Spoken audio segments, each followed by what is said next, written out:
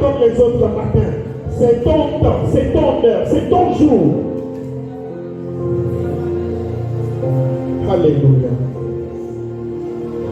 Merci, Saint-Esprit. Merci, mon Jésus. Tu es Dieu. La valeur d'un vrai sacrifice.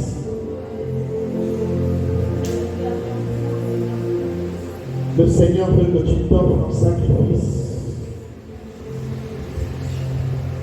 Il peut recevoir ce corps malade, cette chair malade, cette chair impure, cette chair avec tant de difficultés. Il est prêt à la recevoir ce matin. Alors offrons-nous simplement à lui. Alléluia. Pour t'adorer, je vis pour t'adorer. Oui, Seigneur. Oui, Seigneur, c'est ma prière.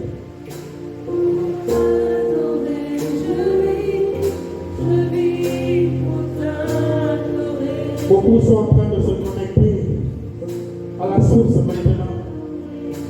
Tu fais bien, connecte-toi à lui.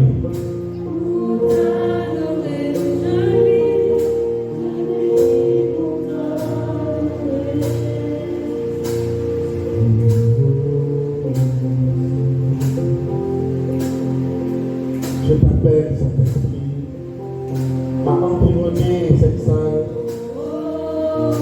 à remplir ce lieu de ta fumée, à remplir ce lieu de ta gloire.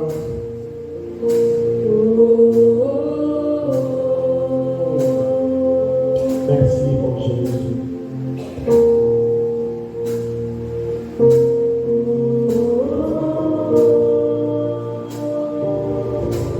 Merci, Saint-Esprit.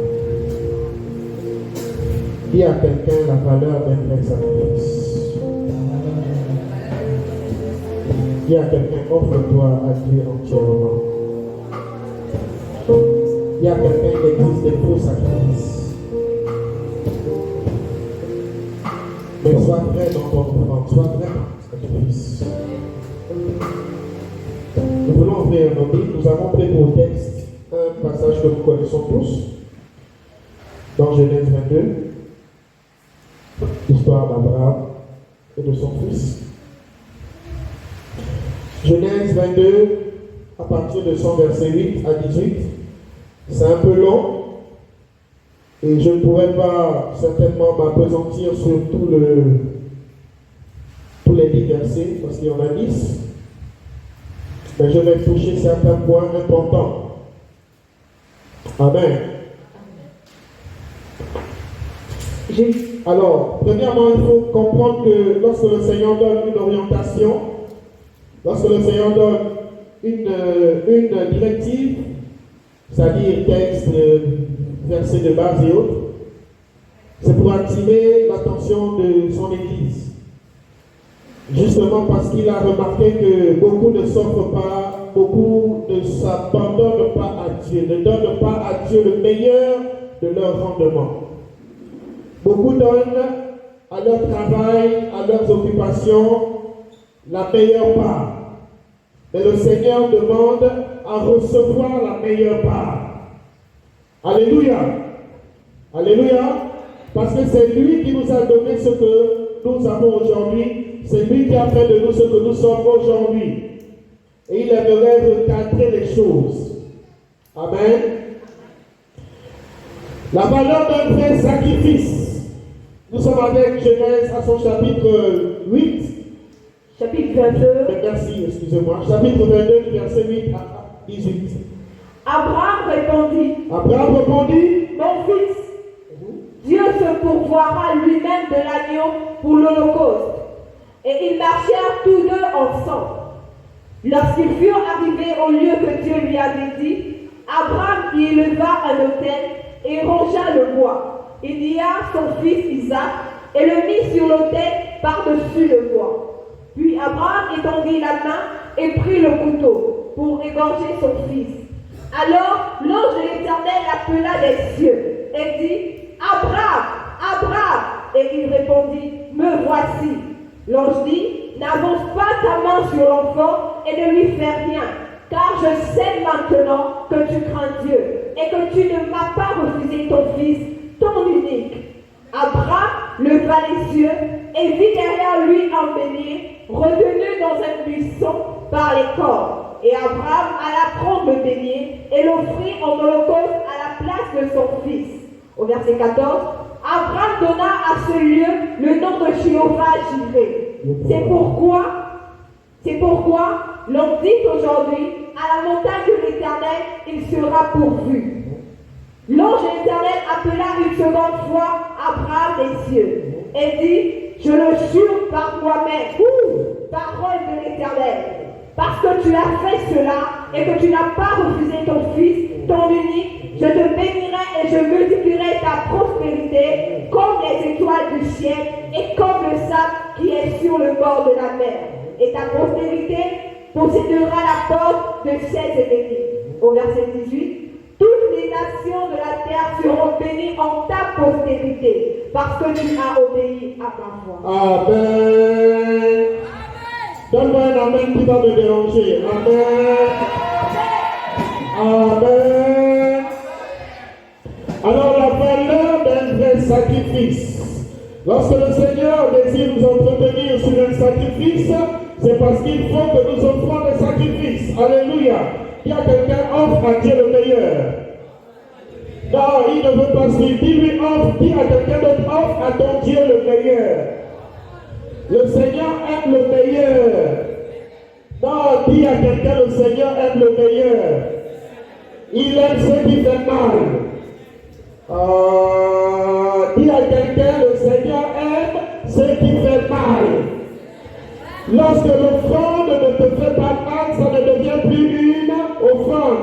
Ça devient un cadeau, quelque chose que tu offres. Oh, ton Dieu n'a pas besoin de cadeau. Il veut quelque chose qui te dérange. Il veut quelque chose qui te fait mal. Il veut quelque chose qui bouge ton cœur. Alléluia. Ici, nous avons un cas palpable, celui d'Abraham. Qui est avec moi, Abraham? Je suis béni en Abraham.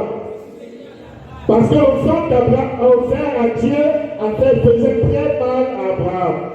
Et nous connaissons tous l'histoire d'Abraham. C'est un monsieur âgé, très vieux, et il n'avait pas d'enfant.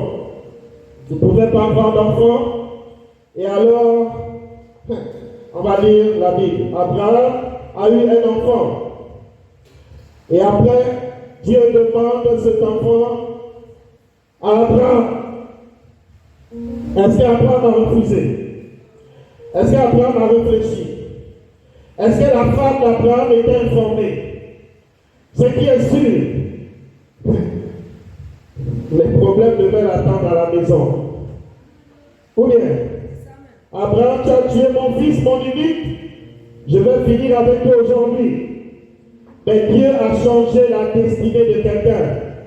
Alléluia. La Bible me dit, Abraham répondit. Ils se sont rendus quelque part, dans une orientation, dans un lieu donné par le Seigneur, afin d'offrir ce fils unique, son enfant unique en sacrifice. Et arrivé sur ce lieu, Abraham répondit, quand le fils a demandé, mais parce que le fils avait l'habitude d'offrir des sacrifices.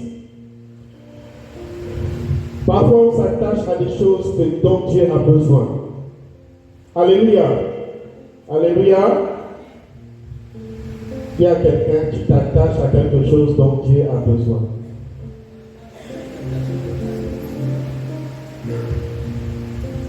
Nous on adore Jésus, il est vivant.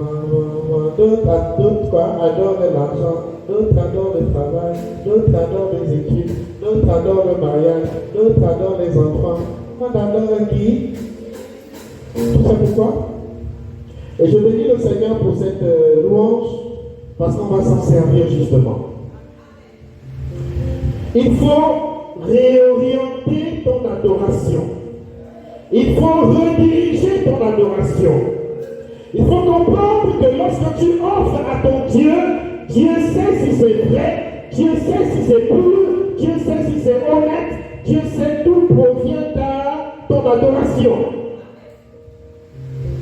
Il est celui qui sonde les ténèbres, il est celui qui sonde les reins. Les reins sont là pour filtrer le sang. Imagine, il sonde même les reins. Il connaît le iota ou la gouttelette de sang impur qui passe par tes reins. Et c'est ton adoration qu'il ne connaîtra pas. Il sait quand tu l'adores en esprit et en vérité. Il sait quand l'adoration est réelle. Il sait quand l'adoration n'est pas réelle. Ici, est-ce que l'adoration d'Abraham était réelle, était sincère? Alléluia. On va dire. Abraham répondit, mon fils, Dieu se pourvoira lui-même de l'agneau pour l'Holocauste. Pourtant, Abraham savait que Dieu lui a demandé son fils, son unique. Et quelle a été la réponse d'Abraham? Abraham, mon fils, Dieu pourvoira. Le fils demandait, où est l'agneau? Il y a le bois. Il y a le bois, il y a le couteau, il y a la montagne, il y a tout ce qu'il faut. Maintenant, il faut l'agneau. Ou bien, alléluia, l'enfant savait qu'il fallait l'agneau. Et l'enfant s'est amusé à poser la question à son père en disant, écoute, il manque quelque chose dans ce là. Quelle a été la réponse d'Abraham? Quelle a été la réponse d'Abraham? Quelle a été la réponse d'Abraham? Alléluia. J'aimerais dire à quelqu'un, quelle que soit la situation, le diable veut que tu paniques. Le diable veut que tu aies peur. Mais à partir d'aujourd'hui, tu lui diras, Dieu pourvoira. Amen. Quand tu dis Dieu pourvoira, ça veut dire en d'autres termes que j'ai confiance en celui qui a mis ce problème devant moi. Amen. Amen. Il va régler le problème. Nous sommes à la veille de notre deuxième anniversaire et nous avons des défis et il n'y a pas d'argent. Mais la bonne attitude voudrait que les gens ne paniquent pas. Les gens ne tremblent pas. Parce que nous savons que ce que nous sommes en train de faire, ce n'est pas une œuvre charnelle. C'est une œuvre spirituelle. Et celui qui a soulevé ce problème-là, il sait qu'on a besoin de ça, de ça, de ça et de ça. Alors, nous restons tranquilles.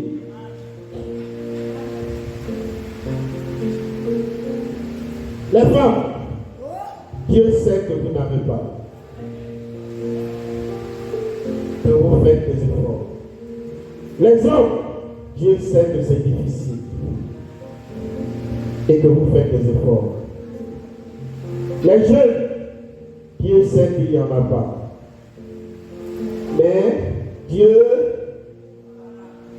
voilà.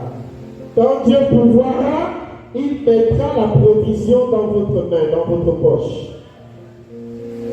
Quand vous dites ça, c'est qu'il y a quelque chose qui doit se passer.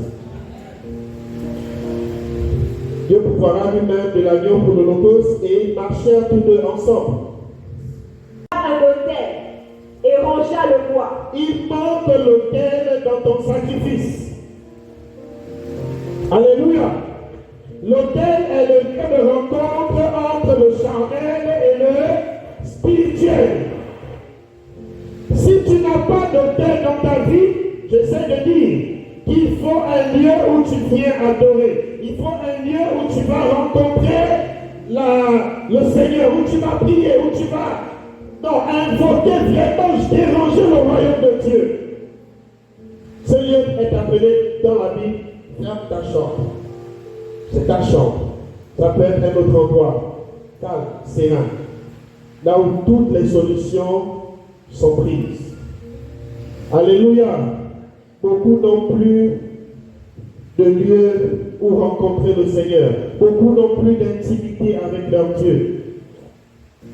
Et imagine lorsque tu n'as pas d'intimité avec ton Dieu, il ne peut pas avoir de solution. Les problèmes seront là, mais aucun problème ne sera réglé parce que tu n'as pas d'intimité avec ton Dieu. Tu n'as pas de lieu de rencontre avec ton Dieu. tu n'impactes pas le domaine spirituel de ta vie. Et tu accumules problème sur problème, problème sur problème, problème sur problème. Et ces problèmes sont là, ils ne sont pas réglés. Le Seigneur réclame que l'autel soit érigé, que l'autel soit monté. Alléluia. Il y a quelqu'un, il faut monter l'autel. Tu n'as rien compris. Il y a quelqu'un, il faut monter l'autel. Sans l'autel, il n'y a pas de solution. Alléluia. Sans l'autel, il n'y a pas d'offrande. Ton adoration que tu viens faire ici, c'est du n'importe quoi. Pourquoi? Parce qu'il faut l'autel. Avant de se présenter ici, il faut être à l'autel. Il faut avoir cette intimité. Il faut développer cette relation. Il faut développer cette profondeur, cette amitié avec le Saint-Esprit. Alléluia. Alléluia. Est-ce que quelqu'un comprend? Il n'y a pas de sacrifice sans autel. Je ne sais pas si vous comprenez très bien. Je ne peux pas avancer tant qu'il n'y a pas l'autel. Amen. Amen. Ça veut dire que si tu n'as pas d'intimité avec ton Dieu, quand tu viens donner l'offrande ici, c'est zéro. Si tu n'as pas d'intimité avec ton Dieu, quand tu viens louer le Seigneur ici, c'est zéro. Quand tu viens faire des veillées de prière, toute la nuit prier, tu te mets à prier, mais tu n'as pas d'intimité avec ton Dieu, c'est zéro. C'est pourquoi vous ne récoltez pas les bénédictions rattachées à ce que vous êtes en train d'offrir à votre Dieu. Parce qu'il manque l'autel. Alléluia. Il manque l'autel. On va casser.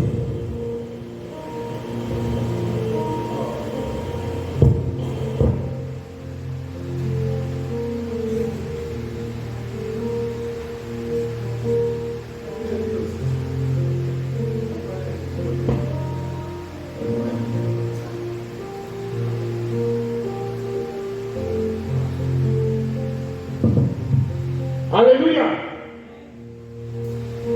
Lorsqu'il n'y a pas d'autel, tu ne peux pas offrir un sacrifice. On n'offre pas un sacrifice n'importe comment. Ça sert à rien. C'est pourquoi tu es à l'église 20 ans. Tu es à la sécurité. Tu es à l'intercession. Tu es. Mais après ce service-là, tu ne vas pas préparer ou mettre ton offrande, ou mettre ton service, ou mettre quelque chose que Dieu agrée. On pose ça quelque part. Dieu travaille avec l'autel. Alléluia. Quand tu viens servir ton Dieu, tu viens chanter, il faut qu'il y ait un autel au préalable. Sinon c'est zéro. Est-ce que je parle à quelqu'un? Je peux avancer? Au verset 9. Lorsqu'il fut arrivé au lieu que Dieu lui avait dit, Abraham y éleva un autel et roncha le bois. Il lia son fils Isaac et le mit sur l'autel par-dessus le bois. C'est-à-dire, l'autel est là, se nourrit. L'autel mange. L'autel a besoin du bois. Alléluia. Sans feu, il n'y a pas de sacrifice. Ou bien, même quand Élie s'est présenté avec les sorciers de Baal, il fallait le feu. Il faut toujours le bois devant l'autel. Toujours. Alléluia. Toujours il faut le bois. Et le bois là c'est quoi? Galates 5, 22. Il faut manifester le fruit de l'esprit.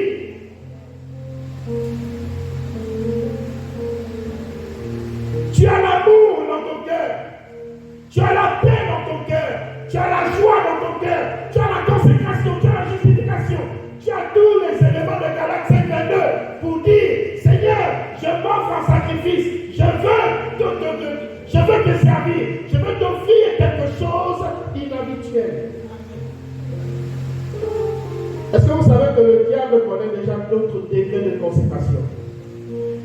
tu atteins cette limite, tu ne grandiras plus spirituellement. Il faut le surprendre. Alléluia. Ce que tu n'avais pas l'habitude de faire, fais-le pour ton Dieu. Il va être surpris. Il va dire, oh, mais je n'ai jamais connu dans la vie de ce frère, dans la vie de cette sœur, un tel degré de consécration. Quand tu es la priorité du diable, sache que tu es en train de dormir. Oui. Quand tu deviens dangereux, alors là tu deviens quelqu'un qu'il faut abattre. Et c'est à ce niveau que Dieu est. Ça veut dire que tu es en train de grandir. Mais quelqu'un, il est à l'église, il a donné sa vie à Christ, son comportement ne change pas. Il est toujours injurieux, il est toujours rancunieux, il est toujours haineux. En fait, tout le mal, c'est lui qui voit. Il a toujours raison, les autres ont toujours tort. Il faut grandir. Il y a quelqu'un grandit. Oh, dis-lui grandit. Alléluia. Le degré de consécration fait peur au diable. Le diable a peur lorsque tu te mets à part pour des œuvres saintes. C'est votre problème.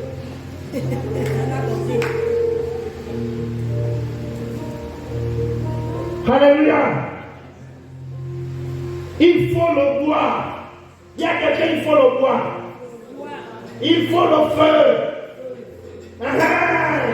Quand tu viens dans l'intimité avec ton Dieu, il faut le boire. Il faut la paix. Il faut l'assurance. Il faut la joie. Il faut. Dans l'intimité, tu pries. Tu as l'assurance que Dieu va faire quelque chose. Pensez que pour construire une église, c'est le lait. Construire ces choses-là, c'est le lait.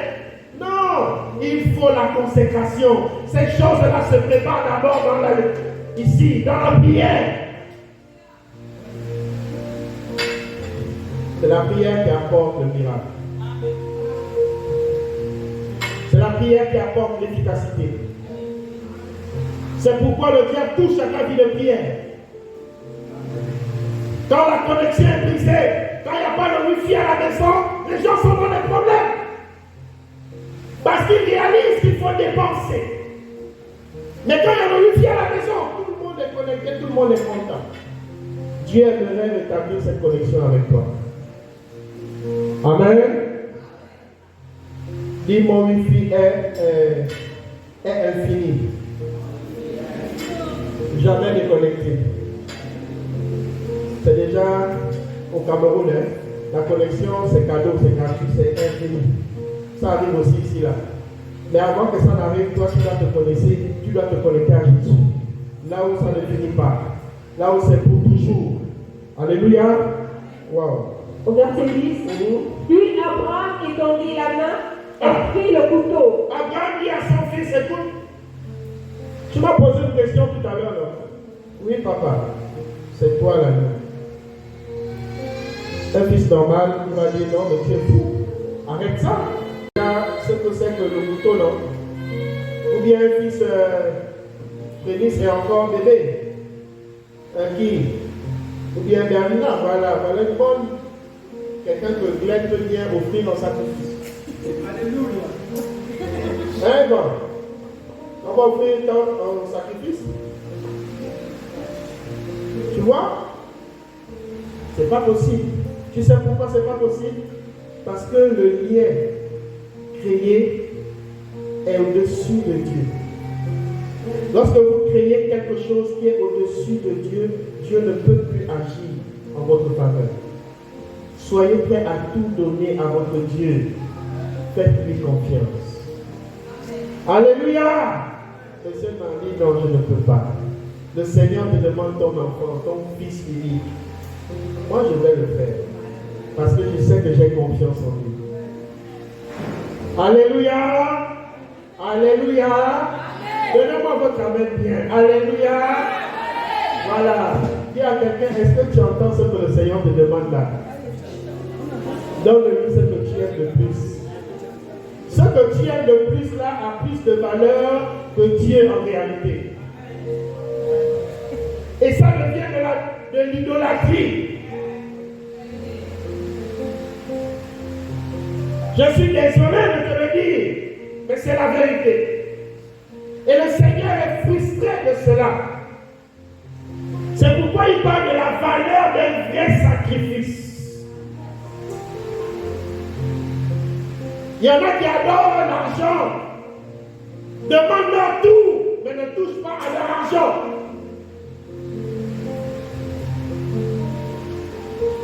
Alors l'argent devient ton Dieu. Abraham avait quelque chose de plus précieux qui était dans son cœur, c'était son fils.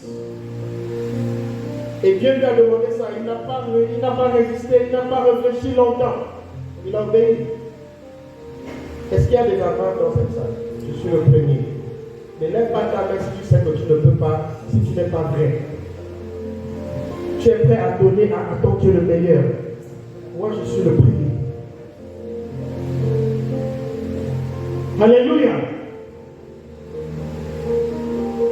Il y a des gens que le Seigneur a appelés à plein temps. Tu vas et tu m'appartiens totalement. Laisse-moi prendre soin de toi. Dimanche, vous saurez et vous connaîtrez les personnes que le Seigneur a appelées à plein temps. Dis Amen. C'est un privilège, c'est un honneur que de se mettre à part seulement pour Dieu. Ou bien? Au verset 10, puis Abraham étendit la main et prit le couteau pour égorger son fils. Au verset 9, il fallait que l'offrande soit sur le bois. Hein? Il ne peut pas avoir d'offrande sans holocauste. Beaucoup viennent offrir des offrandes, mais ils n'ont pas d'autel.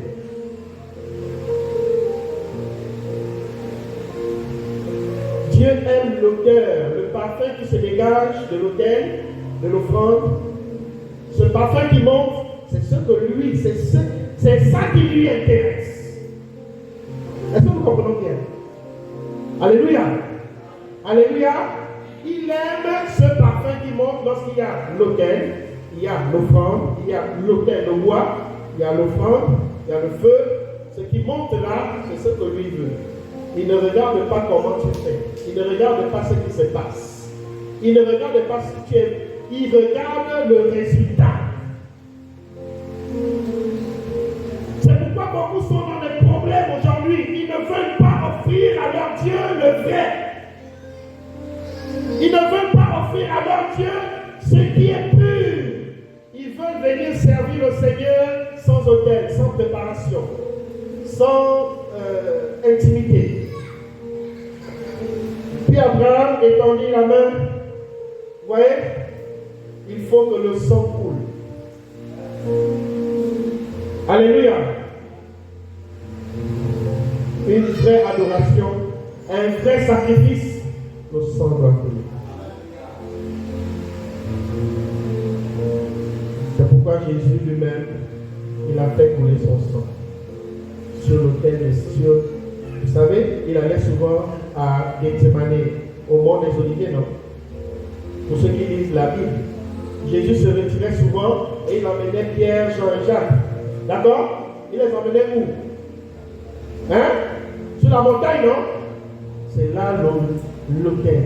Et au moment venu, il fallait maintenant le sacrifice, sa mort, le sang coulé. La Bible dit sang et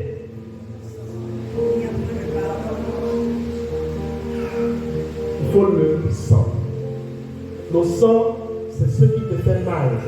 Le sang, c'est ta vie. Le sang, c'est ton identité. Le sang, c'est ta personnalité. Le sang, c'est ton honneur. Le sang, c'est ta dignité. C'est pourquoi les 24 vieillards jettent leur couronne. Ils n'ont plus d'honneur. Ils n'ont plus de louange. Ils n'ont plus de reconnaissance. Ils n'ont plus de vie. Ils n'ont rien.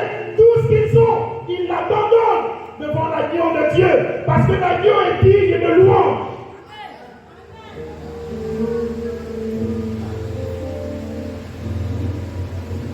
Un agneau.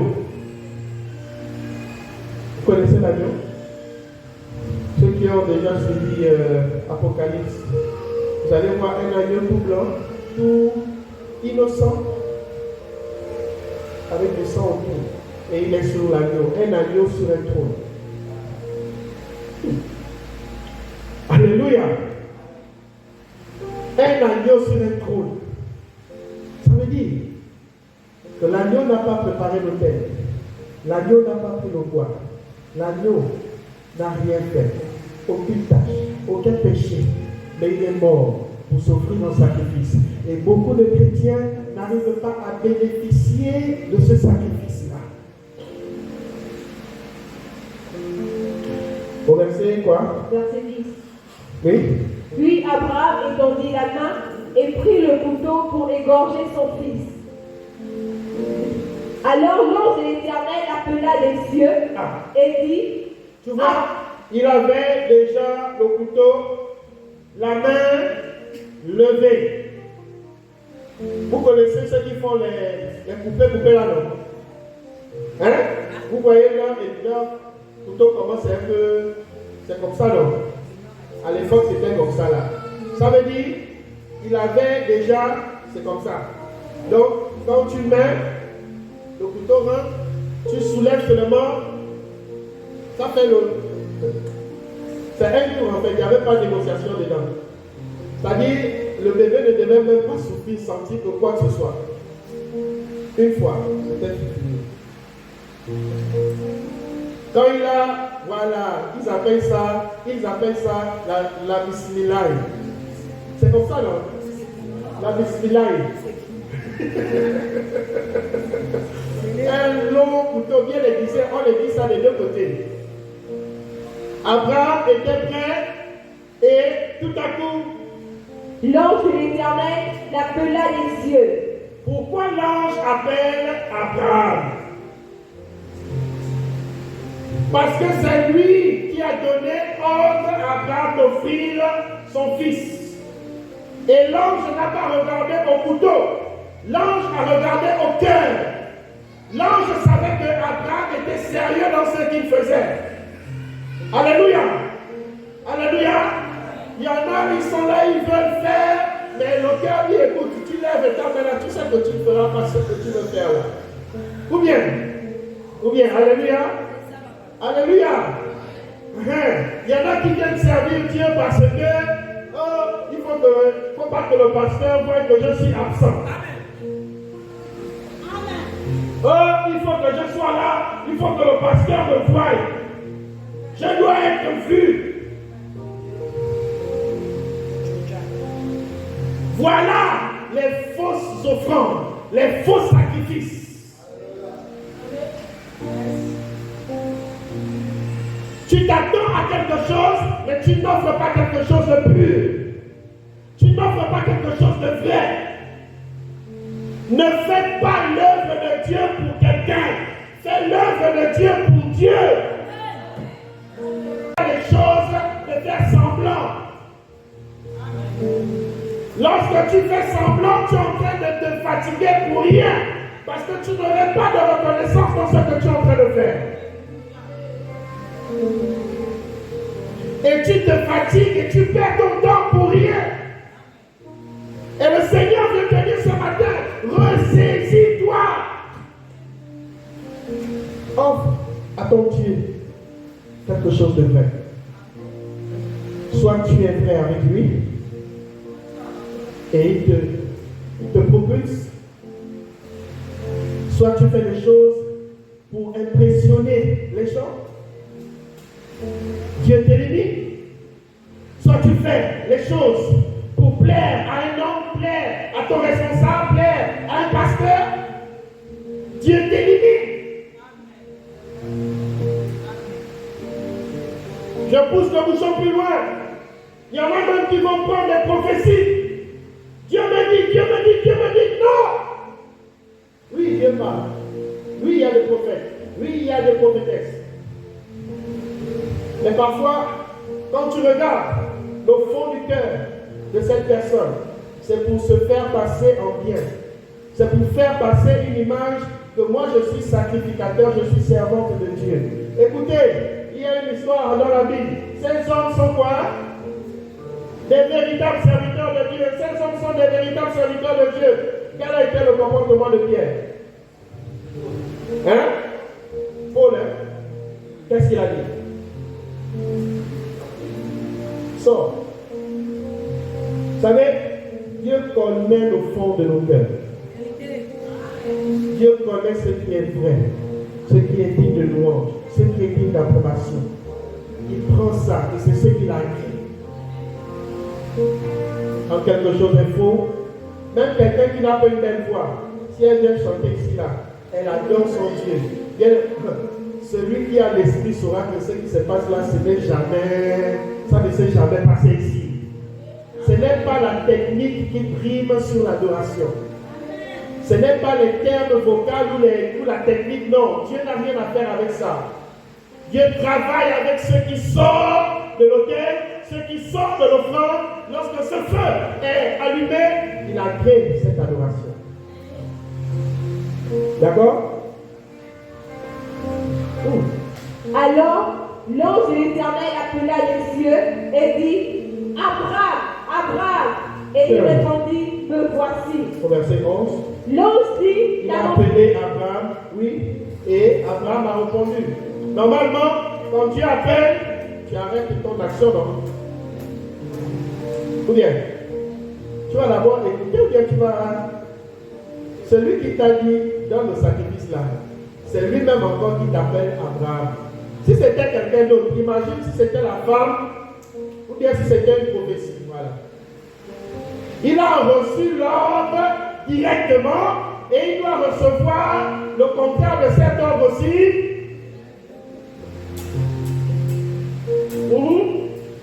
Au verset 12, l'ange dit, n'avance pas ta main sur l'enfant et ne lui fais rien.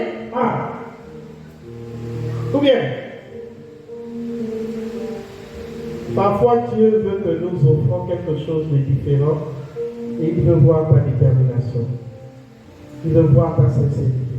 Il veut voir ton honnêteté. Il veut voir la pureté de ton cœur. Est-ce que ce que tu lui offres est pur, est vrai?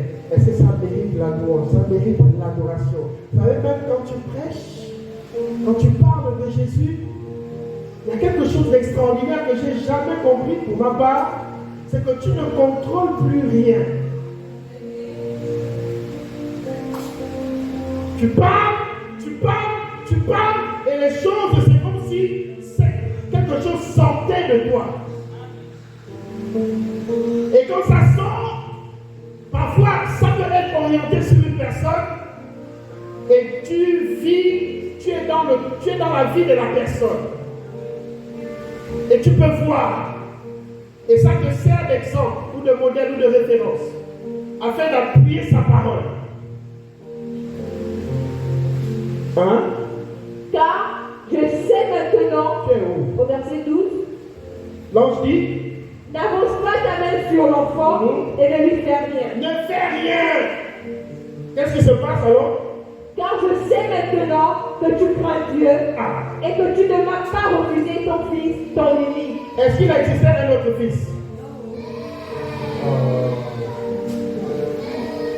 Est-ce qu'il existait un autre fils d'Abraham? Hein? Et pourquoi tu dis non? Abraham avait deux fils ou bien? J'essaie de dire à quelqu'un qu'il y a des sacrifices que nous devons offrir. Dieu connaît la vraie offrande, le vrai sacrifice que tu as à lui offrir. Alléluia. Il connaît.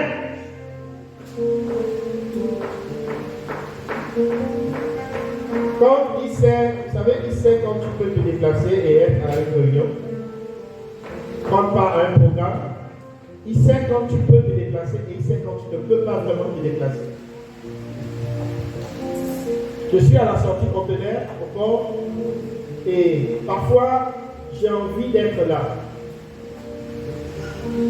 Mais sans ta signature sur le document, le conteneur ne peut pas sortir. Il faut ta signature sur le document pour que lui prenne son conteneur et il sorte. Imagine, tu es ici et puis au port là-bas, même le président va t'appeler. Le ministre va t'appeler, tu vas avoir des sérieux problèmes. Parce que c'est le mouvement de l'État même là où ces choses-là se passent. L'argent du Gabon, c'est là-bas. Et s'il n'y a personne, je ne sais pas le gaz qui a derrière ça. C'est grave. Si mon ami là, il ne fait pas ces choses de l'informatique, et puis toutes les machines de la SCG sont plantées, mais vous n'allez pas pouvoir payer EDAN, c'est ça? Vous n'allez pas payer vos factures, et puis vous allez être dans le noir. Ou bien? C'est ça, non? Et puis l'autre aussi là-bas, au bord de mer là-bas aussi, il va être dans le noir. Et puis ils vont aussi appeler, il faut être à son poste. Dieu sait. Dieu sait aussi quand tu peux t'absenter et dire, écoute, Seigneur, là je peux faire une faille et puis venir. Il connaît quand quelque chose est vrai. Tout à l'heure, on va te demander l'offrande. Tu vas chercher une pièce de 100 francs. Il y a des billets, mais tu vas chercher la plus petite pièce. Pour dire c'est ce que Dieu mérite. C'est ce que je suis venu lui offrir. C'est ce que je suis venu lui donner. Il mérite 500. Il mérite 100 francs. Quelqu'un qui te donne la vie. Il sait quand quelque chose est vrai. Rassurez-vous, il sait.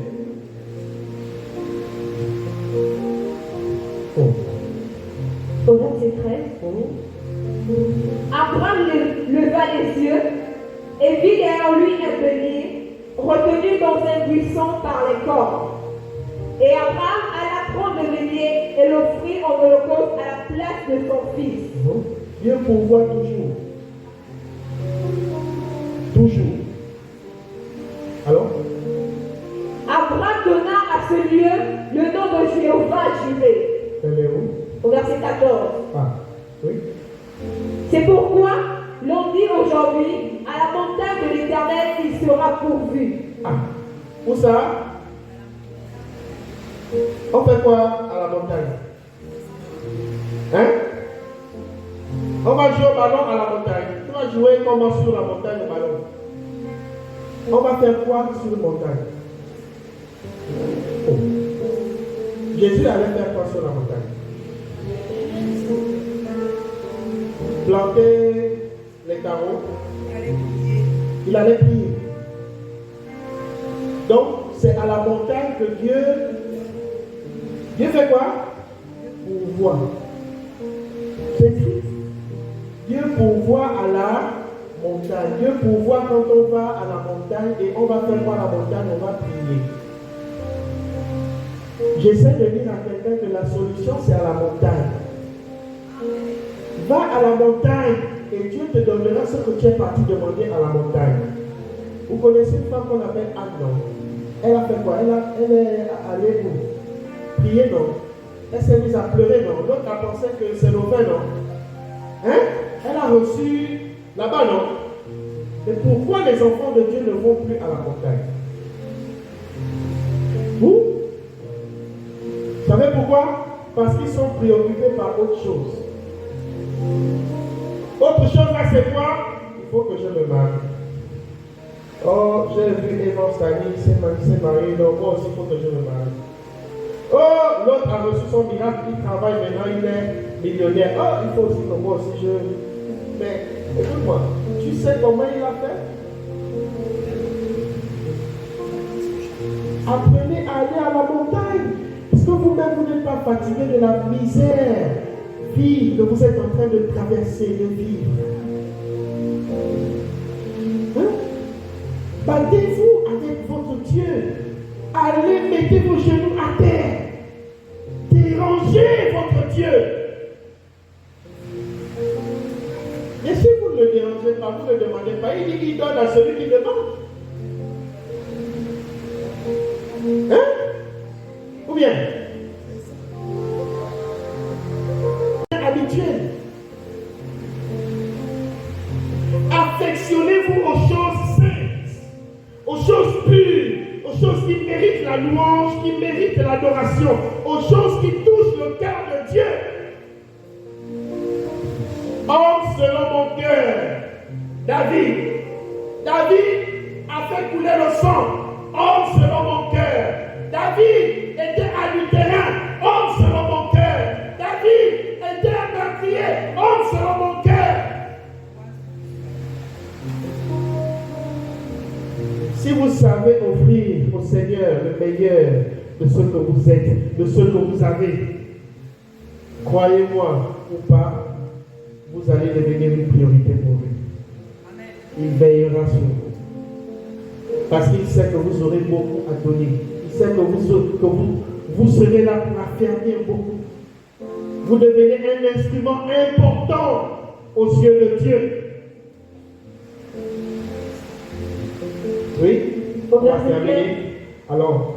L'ange de l'Éternel appela une seconde fois Abraham des cieux. Et dit, je le jure par moi-même. Ah! Il a d'abord appelé Abraham, retire ta main de cet enfant. Abraham a obéi. Et Abraham a regardé, il y avait un denier quelque part. D'accord? Pour dire que Dieu pourvoira à toute situation. Dieu pourvoit toujours à toute situation. Il n'y a pas un problème dont Dieu n'est incapable de régler. Et puis, Dieu appelle encore Abraham pour une deuxième fois. La promesse attachée au sacrifice. Il dit, écoute, Abraham, je ne m'arrête pas là. Je ne m'arrête pas au fait que, écoute, voilà le bélier, voilà, non. Ça, c'est petit. Abraham, ce que tu as voulu faire là, ça a touché le cœur de Dieu. Abraham, ce que tu as voulu offrir là, ça a touché le cœur de Dieu. Le royaume des cieux a fait un boum à cause d'un seul homme. Aujourd'hui, on dit la bénédiction d'Abraham va de génération en génération. Nous sommes bénis à cause de ce sacrifice qu'Abraham a voulu offrir. C'est un sacrifice fort. C'est pour dire à quelqu'un que lorsque tu obéis à ton Dieu, bien-aimé, ça ne s'arrête pas à ton niveau. Ça parle là-bas, ça crie là-bas, c'est interdit là-bas. Il y a quelque chose qui est en train de se passer. Accepte d'obéir. Pasteur, le Seigneur m'a appelé depuis longtemps au plein temps. Waouh! Comme disait quelqu'un. Tu as peur? Non, n'aie pas peur. Celui qui t'a appelé, il est fidèle. Pasteur, le Seigneur m'a appelé à le servir. Waouh! C'est merveilleux. Alors viens avec moi, avec tes frères et tes sœurs, nous allons travailler ensemble. On t'observe, on te localise, on te met à part, on commence à prier pour toi, on commence à te conseiller, on commence à t'orienter, on commence à voir ta fidélité, on commence à voir ton rendement, ton sérieux dans ce que tu es en train de faire. Et on t'encourage, on t'encadre. Jusqu'à ce que nous qui sommes là, nous partions et nous laissons l'œuvre avec, il y a des gens qui vont poursuivre l'œuvre. Parce que je suis sûr de la semence. Je sais que la semence est bonne.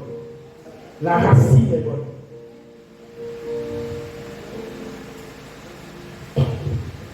L'ange de l'Éternel appela une seconde fois Abraham des cieux et dit, je le jure par moi-même. Parole de l'Éternel. Écoute-moi. Quand quelqu'un parle comme ça, mon frère, quand Dieu n'a pas dit ça même pour son fils, il dit, je le jure par moi-même, c'est que personne dans les cieux, sur la terre et sous la terre d'Adam ne peut venir dire, ça veut dire que lui-même il est devant. Il jure par lui-même qui a créé les cieux et la terre. Pour dire qu'Abraham, non, ce que tu as fait là. Abraham, ce que tu as fait là. Abraham, je n'ai jamais vu ça. Combien? Il dit, allô? Je le jure par moi-même, parole de l'Éternel, parce que tu as fait cela et que il tu as faut faire quelque chose de différent pour attirer l'attention de Dieu sur ta vie. Alléluia. Je n'ai rien à faire si tu m'entends, si tu es en train de rêver, mais j'aimerais dire à quelqu'un qui saisit cette parole et lui dire que si tu fais quelque chose de différent pour le Seigneur, là tu commences à attirer l'attention de ton Dieu. Là le regard se pose sur toi. Lorsque quelqu'un qui ne peut pas te parler vient et te dit, écoute, se met à crier sur toi, se met à parler sur toi, quelqu'un que tu nourris, tu loges, tu encadres, tu fais tout, et tu gardes ton calme, Seigneur, alors là, l'attention de Dieu commence à s'appuyer sur toi. Le regard de Dieu commence à s'appuyer sur toi. Lorsque tu vas changer de manière de parler à quelqu'un, même un petit enfant, il est important aux yeux de Dieu.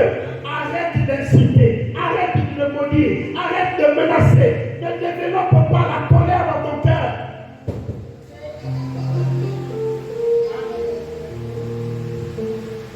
Soyons des serviteurs de Dieu, frères, purs, à tous les niveaux.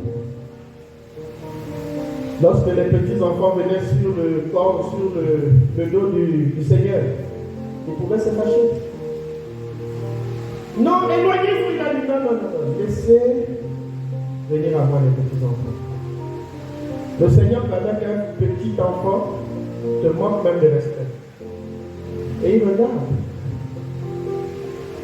Toi, marchez, marchez, tu te vas crier, menacer. La force ne règle pas tous les problèmes. Le diable règle ses problèmes par la force. Le Seigneur règle ses problèmes par l'amour. Amen. Développe l'amour.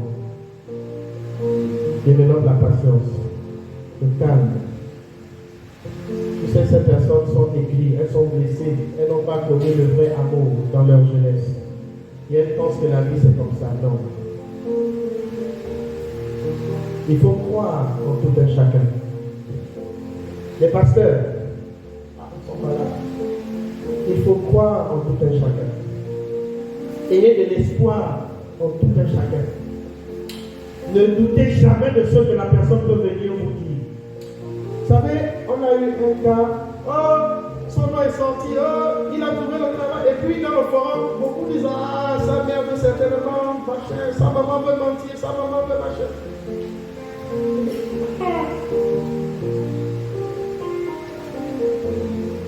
Et après, qui avait raison? C'était la vérité, son nom est sorti. Alors pourquoi vous voyez toujours le mal? Pourquoi? Parce que la racine est touchée. Donc, quelqu'un voit le mal, quelqu'un vous dit, écoute, je t'aime, courage, fortifie-toi. Et puis quand tu vas voir, il me dit ça, pourquoi? Il est qui? Machin. Même si c'est un enfant, même si tu es pasteur, même si tu es archibishop, écoute la personne. Le Seigneur aimerait enlever cette mauvaise racine des cœurs des serviteurs de Dieu. Ce n'est pas parce que vous êtes pasteur que vous allez dominer sur quelqu'un. Non. On n'est pas pasteur pour dominer. On est pasteur pour être dominé. Pour servir. C'est ton problème. Au verset 16. Mais tu ne vas pas venir faire ta sorcellerie ici à l'église de Canaan. Non. Tu ne vas pas venir dominer quelqu'un ici à l'église de Canaan. Parce que tu es pasteur, on t'a consacré, puis tu... Non, vas-y. Tu me pointes du doigt. Non. Arrêtez. Nous-mêmes d'abord, nous devons être des sacrificateurs. sacrificateurs, des références, des modèles. Au verset 16. 16. Et dit, je le jure par moi-même, parole de l'Éternel, parce que tu as fait cela et que tu n'as pas refusé ton fils, ton unique. Essaie de laisser ta haute personnalité de côté pour recevoir quelque chose de nouveau. Laisse ta haute opinion de soi de côté pour recevoir quelque chose de nouveau. Abraham pouvait prendre un autre enfant. Il avait des enfants, il avait des animaux. Mais Dieu lui a demandé quelque chose dont il tenait tellement. Il n'a pas refusé. Laisse ton opinion de côté. Laisse tes connaissances de côté. Laisse tes connaissances bibliques, tes sagesses. Je ne sais pas, tu te dis quoi, c'est bien sage. Laisse ces choses-là de côté et offre-toi simplement à Dieu.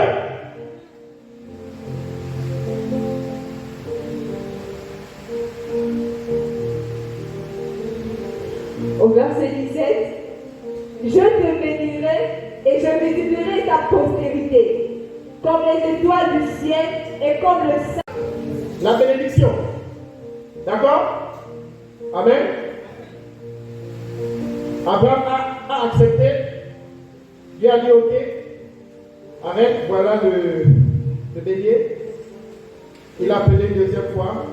Abraham, je le jure par moi-même. Vous savez, quand je recevais la mission, la responsabilité de construire ici, de faire l'orphelinat et autres, j'ai regardé à ce que j'avais. J'avais un salaire de combien, je ne sais plus, 286 000 pendant 13 ans à l'hôtel de ville. Et Dieu me dit, je vais faire cela avec toi. Et j'ai dit, Amen Seigneur, fais ce que tu veux. Je me suis offert à Dieu avec toute la confiance et toute l'assurance nécessaire. Et petit à petit, les choses sont en train de se dessiner. D'ici là, on va commencer le grand bâtiment. Même si Kate n'est pas là, je vais prier que vous connaissiez la maçonnerie au nom de Jésus. Alléluia. Ce n'est pas quelqu'un du dehors qui va le faire, c'est toi qui vas le faire. On n'a papa d'Eston qui est là, il connaît un peu, on va le faire. Alléluia. Alléluia. Au verset 17. Il allait chercher ces choses. Alors 17. Et ta postérité possédera la porte de ses ennemis. 17 ou 16? 17. Je te bénirai et je multiplierai ta postérité. La postérité d'Abraham, c'est toi et moi. À cause de l'obéissance. Tu vois ce que peut faire l'obéissance? Ça peut impacter toute une génération. D'accord? Amen? Si tu t'offres à ton Dieu, en vérité, ça impacte toute une génération. Tes fils, tes arrière-petits-fils sauront qu'il y a quelqu'un qui a servi le véritable Dieu. Et ils auront part à l'héritage, aux promesses que le Seigneur te donne et te donnera à partir de ce matin si tu t'engages avec lui. Amen. Je te bénirai, verset 17, je te bénirai et je multiplierai ta postérité comme les étoiles du ciel et comme le sable qui est sur le bord de la mer. Et ta postérité possédera la porte de ses ennemis. Voilà. Au verset 18, toutes les nations de la terre seront bénies en ta postérité parce que tu as obéi à ma voix. Allons dans Hébreu, rapidement, Hébreu 10, 12, 16, 12 à 16. Hébreu, chapitre 10. Hébreu, chapitre 10. Ça va? Hébreu, chapitre 10, 12 à 16. Verset 12 à 16. Lui, après avoir offert un seul sacrifice pour les péchés, il y a des offrandes qui parlent au cœur de Dieu. Amen. Il y a des offrandes qui passent inaperçues. Même si tu donnes 1 milliard ici, vous connaissez la femme qui avait 2 pièces d'argent, non? Elle a donné tout ce qu'elle avait avec bon cœur, n'est-ce pas? Ou bien, Mais il y avait qui donnaient par leur superflu. Ils montraient qu'ils ont de l'argent et ils viennent pour que les gens autour puissent voir et connaître qu'eux ils offrent. Mais Dieu parle de cette femme qui a donné la plus minable somme. Pourquoi? Parce qu'elle a donné avec un cœur pur. Donc il y a des offrandes qui parlent à Dieu. Allons-y. Lui, après avoir offert un seul sacrifice pour les péchés, s'est assis pour toujours à la droite de Dieu. Voilà. Amen. Dieu a demandé, écoute, il faut quelqu'un qui vienne mourir. Jésus a accepté. Et il est venu offrir un seul sacrifice. Alors, attendons désormais que ses ennemis soient devenus son marchepied.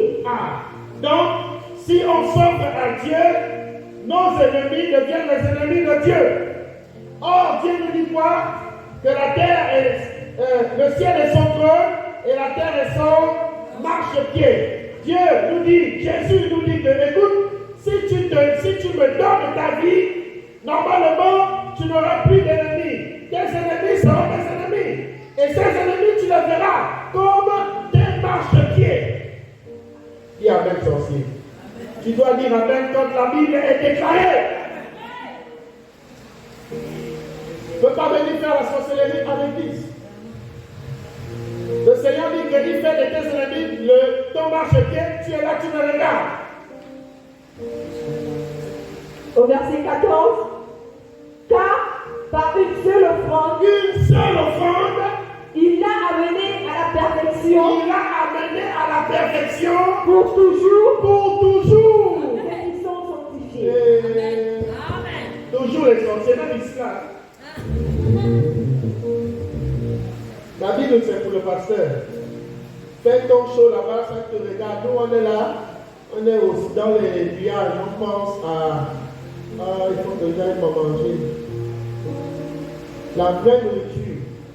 Voilà ce que nous donne la vraie nourriture. Amen. Manger la parole de Dieu avec nos limites. C'est bon de servir Jésus. C'est bon de lui appartenir. Il dit, car par une seule offrande, il a amené à la perfection. Pour toujours. Ceux qui sont sanctifiés. Donc, il dit que tu es parfait. Pour toujours. Amen. Quand on dit que quelque chose est parfait, ça veut dire que ça manque, il y a des manquements, ça veut dire qu'il y a des problèmes, ça veut dire qu'il y a des situations. Même s'il y a le palu, Dieu a dit que je suis parfait. Et le palu ne peut pas résister à la perfection déclarée par le Seigneur lui-même. Au verset 15, c'est ce que le Saint-Esprit nous atteste aussi. Car après avoir dit, voici l'alliance que je ferai avec eux, après ces jours-là, dit le Seigneur, je mettrai mes lois dans leur cœur et je les écrirai dans leur esprit. Il ajoute, et je ne me souviendrai plus de leurs péchés ni de leur iniquité. Alléluia. Alléluia. Le verset 17. C'est le verset 12, c'est le verset 13. Qu'est-ce qu'il faut faire pour qu'on arrive au verset 17? Beaucoup regardent seulement le verset 17. Même mettre le verset 12 à côté, le verset 13 à côté, le verset 14 à côté, 15, 16, ils mettent ça de côté. Ils disent, nous on ne veut pas ça. On veut seulement le verset 17. Dis à quelqu'un,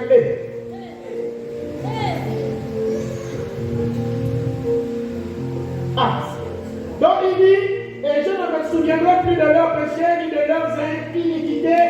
Or, là où il y a le pardon de péché, il n'y a plus d'offrande pour le péché. J'essaie de dire que lorsque tu es consacré à Dieu, lorsque tu as ton hôtel, tu offres ta vie en offrande, tu es un instrument agréable à Dieu, il dit que normalement il n'y a plus de péché. normalement, tu deviens un instrument de Dieu. Tu deviens quelque chose dont Dieu se sert. Un instrument. Hein? Quelqu'un qui évangélise, quelqu'un qui prie, quelqu'un qui délivre, quelqu'un qui restaure, quelqu'un qui est important pour le royaume de Dieu. Il emmène les âmes pour Dieu, et puis Dieu va te laisser comme ça. Non. C'est faux.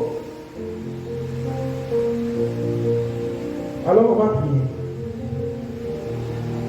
Les autres versets, je ne pourrais pas les toucher aujourd'hui. Si on peut juste les...